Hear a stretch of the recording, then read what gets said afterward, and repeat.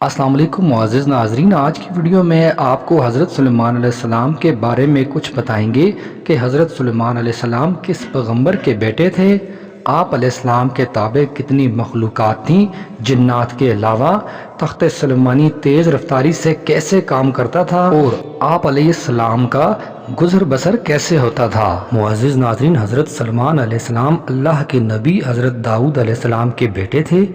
آپ بنی اسرائیل سے تعلق رکھتے تھے اور اپنے والد حضرت داؤد علیہ السلام کے بعد عنان حکومت سنبھال کر بنی اسرائیل کے بادشاہ بنے۔ آپ اللہ کے سچے پیغمبر اور انصاف پرور بادشاہ تھے۔ اللہ تعالیٰ نے انہیں حفت اقلیم کی بادشاہت عطا فرمائی اور وہ صرف انسانوں کے ہی نہیں بلکہ تمام مخلوقات کے بادشاہ تھے۔ چرند پرند اور جنات وغیرہ سب ان کے تابع فرمان تھے۔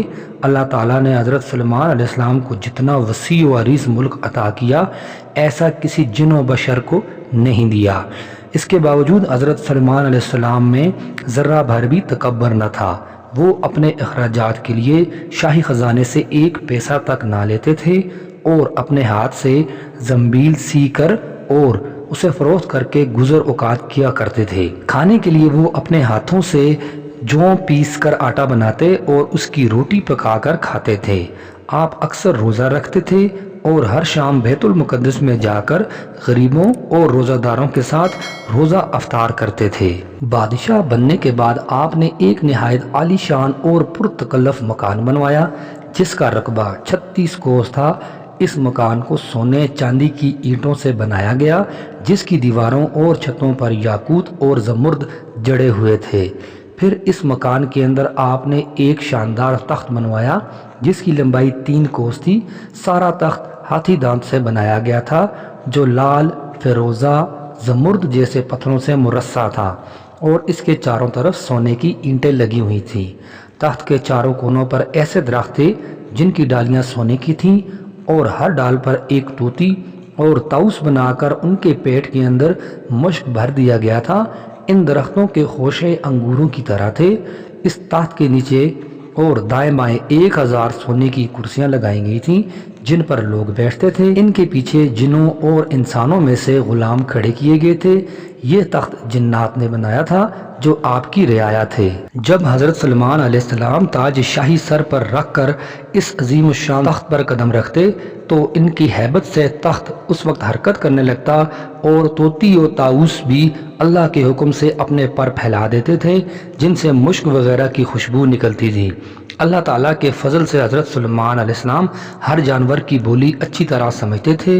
جب آپ تاج شاہی سر پر رکھتے تو تمام پرندے تخت کے اوپر معلق ہو کر آپ کے سر پر سایہ کرتے تھے۔ جس مکان میں تخت سلیمانی تھا اس میں کئی محرابیں تھیں جہاں عابد و زاہد لوگ بیٹھ کر عبادت الہی کیا کرتے تھے۔ حضرت سلیمان علیہ السلام ہمیشہ اللہ تعالیٰ کی ان نعمتوں کا شکر ادا کرتے اور ہر وقت اللہ تعالیٰ سے مناجات کرتے رہتے تھے۔ آپ پورے عجز و انکسار کے ساتھ اللہ کے حضور یہ دعا کرتے تھے، یا الہی میں درویشوں کے ساتھ بھی شامل ہوں اور بادشاہوں کے ساتھ بھی، صرف یہی نہیں بلکہ میں پیغمبروں میں سے ایک پیغمبر بھی ہوں۔ اے میرے مالک، میں تیری نعمتوں کا کہاں تک شکر ادا کروں۔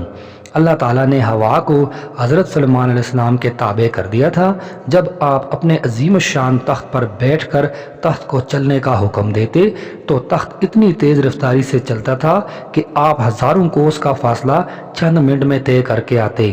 آپ صبح کو ایک شہر اور شام کو دوسرے شہر میں ہوتے تھے۔ آپ کے باورچی خانہ کے لیے جنات نے بڑی بڑی پتھر کی دیگیں بنائی ہوئی تھیں جنہیں بادل پانی سے بھر دیتا۔